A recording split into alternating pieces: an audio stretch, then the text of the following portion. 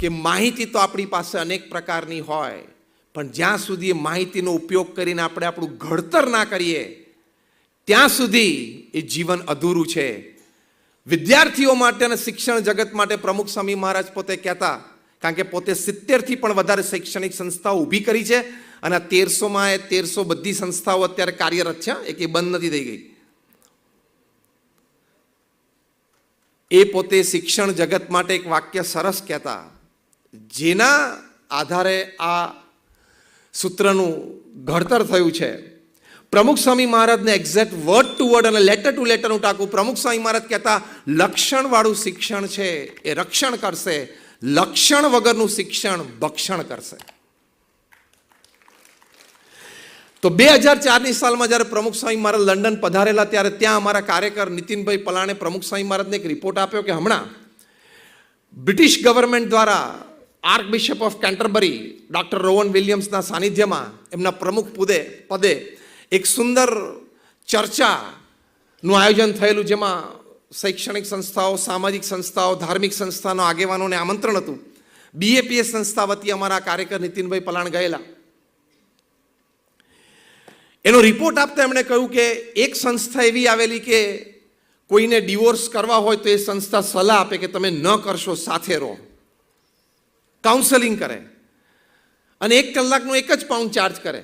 તો પણ એ સંસ્થાની વાર્ષિક આવક 7.5 લાખ પાઉન્ડ હતી. કેવા પ્રશ્નો હશે સમાજમાં, કેવી ગંભીરતા હશે. બીજી એક સંસ્થા એવી આવેલી કે જે સિંગલ્સને એડવાઇસ કરે કે છૂટાછેડા થઈ ગયા પછી સિંગલ તરીકે સ્ત્રી કે પુરુષ રહેતા હોય તો એને હવે જીવનમાં સ્ટ્રેસ, ડિપ્રેશન ના આવે એની માટેનું કાઉન્સેલિંગ કરે. એ સંસ્થા પણ બહુ સામાન્ય ચાર્જ કરતી. એ સંસ્થાની વાર્ષિક આવક 25 મિલિયન પાઉન્ડ એટલે 2.5 કરોડ પાઉન્ડની હતી. કેવી ગંભીર પરિસ્થિતિ. આ તો એક જ દેશની વાત ચાલે છે. એક ત્રીજી સંસ્થા આવેલી જે મા બાપને એના તરુણો અને યુવાનો એવા એના સંતાનો એની સાથે સંબંધોમાં ક્યાંક પ્રશ્ન હોય તો એને સલાહ અને માર્ગદર્શન આપતા. એ સંસ્થા પણ સામાન્ય ચાર્જ કરતી. એ સંસ્થાની વાર્ષિક આવક $80 મિલિયન એટલે 8 કરોડ પાઉન્ડ, 80 મિલિયન પાઉન્ડ્સ. કેટલા ગંભીર પ્રશ્નો છે. અત્યારે દુનિયામાં લગભગ 43 મિલિયન એટલે 4.5 કરોડ બાળકો એવા છે કે જે આર્મ કોન્ફ્લિક્ટના લીધે સ્કૂલે નથી જઈ શકતા. આટલી બધું આપણું વિજ્ઞાન આગળ વધ્યું, આટલી બધી માહિતીની આપલે છે, છતાં વાસ્તવિકતા તો આ જ છે કે માણસે ઇતિહાસમાંથી એટલું જ શીખવાનું છે કે માણસ ઇતિહાસમાંથી કશું જ શીખ્યો નથી.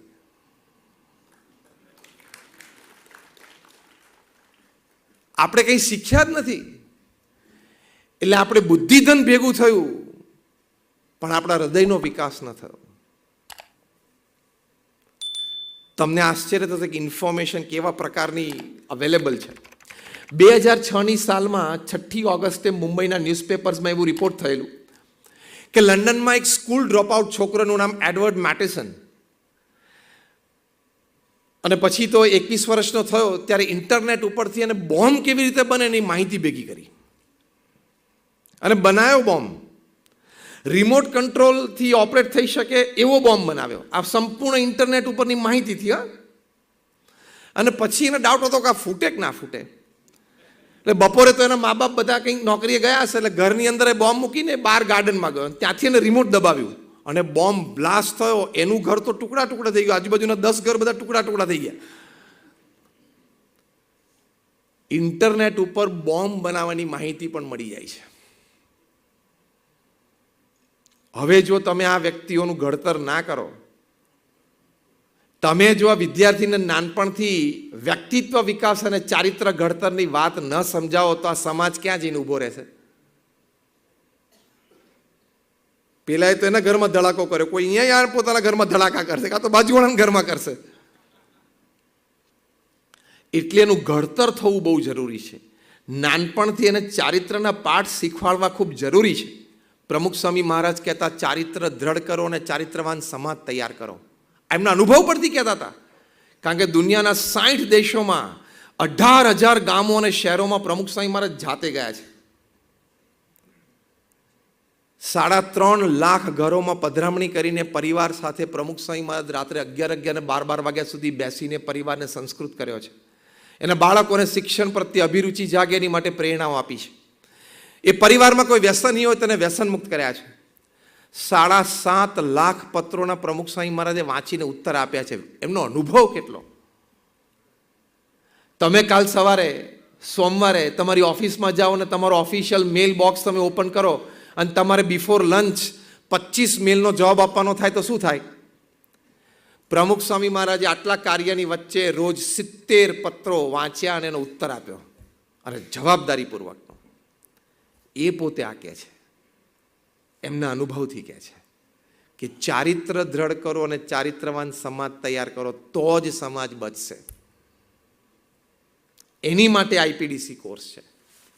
જેમ વોરા સાહેબ એક સરસ વાત કરી કે વિષયો તો આપણે બધા ભણીએ છીએ, એન્જિનિયરિંગ, મેડિસિન, ફાર્મસી, બધા વિષયો આપણે ભણીએ છીએ, પણ વ્યક્તિત્વ વિકાસ અને ચારિત્ર ઘડતર એ મુખ્ય છે. વિજ્ઞાન છે એ આપણને સ્વસ્થ માનવ આપે છે, અધ્યાત્મ છે એ આપણને સ્વસ્થ માનવતા આપે છે. આપણે બેયની જરૂર છે. Science can give you good humans, healthy humans.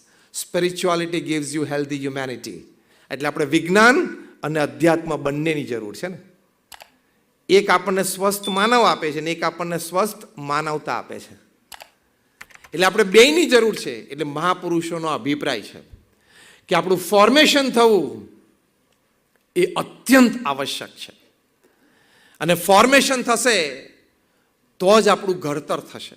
બાકી દુનિયામાં અત્યારે 30,000 વૈજ્ઞાનિકો દિવસમાં 14 કલાક એની લેબોરેટરીમાં બોમ્બ્સ અને મિસાઇલ્સનું R&D કરે છે. બોમ્બ્સ અને મિસાઇલ્સ બનાવે છે કોઈ અભણ વ્યક્તિ નથી. હા, some of them are finest graduates from some of the finest universities in the world. PhD થયેલા છે નામાંકિત યુનિવર્સિટીમાંથી, અને અત્યારે માણસ જાતને કેવી રીતે સાફ કરી નાખવી એના સંશોધન કરે છે. એનો મતલબ શું થયો કે એની પાસે ઇન્ફોર્મેશન બહુ હતી, એનું ફોર્મેશન નથી થયું. એની પાસે માહિતી બહુ હતી પણ એ માહિતીને જ્ઞાન અને શાણપણામાં એ પરિવર્તિત નથી કરી શક્યા, અથવા તો શિક્ષણવિદો એને કરાવી નથી શક્યા. એ 30,000 વૈજ્ઞાનિકોને મનુષ્ય જાત સુખી થાય એવા સંસ્કાર આપવામાં આવ્યા હોત તો કે તમે આવા સંશોધન કરો તો અત્યારે દુનિયા ઘણી બધી આગળ વધી ગઈ હોત. એટલે આ ફોર્મેશનની જરૂર છે, એટલે આ ઘડતરની જરૂર છે. Otherwise it is animal life. કૂતરા હોય, ગધેડા હોય, બિલાડી હોય, એમનામાં પણ લાલ લોહી વહે છે. એ પણ રાત્રે સૂવે છે, દિવસે જાગે છે, એ પણ ખોરાક લે છે, એ પણ બાલ બચ્ચા પેદા કરે છે, એનો પણ પરિવાર છે. અને આપણે પણ એ જ રૂટીનથી 70-80 વર્ષ જીવી જઈએ તો આપણામાં પશુમાં કોઈ ફેર નથી. It is a dog life, donkey life, cat life, monkey life. It is not a human life. એ મનુષ્યનું જીવન નથી. ફોર્મેશન થાય ને તો જ આપણે પશુથી જુદા મનુષ્ય તરીએ, બાકી પશુ જીવન જ છે. એટલે આપણું ફોર્મેશન થવું જરૂરી છે.